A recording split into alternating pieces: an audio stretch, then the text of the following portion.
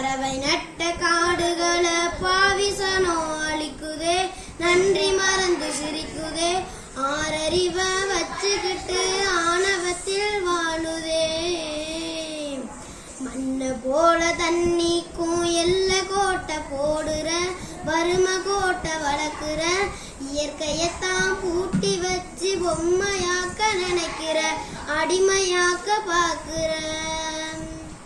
இப்படியே போனாக்கா பூச்சி இங்கே வாழுண்டா, புழு இங்கே வாழுண்டா, மனுஷ பய என மட்டும்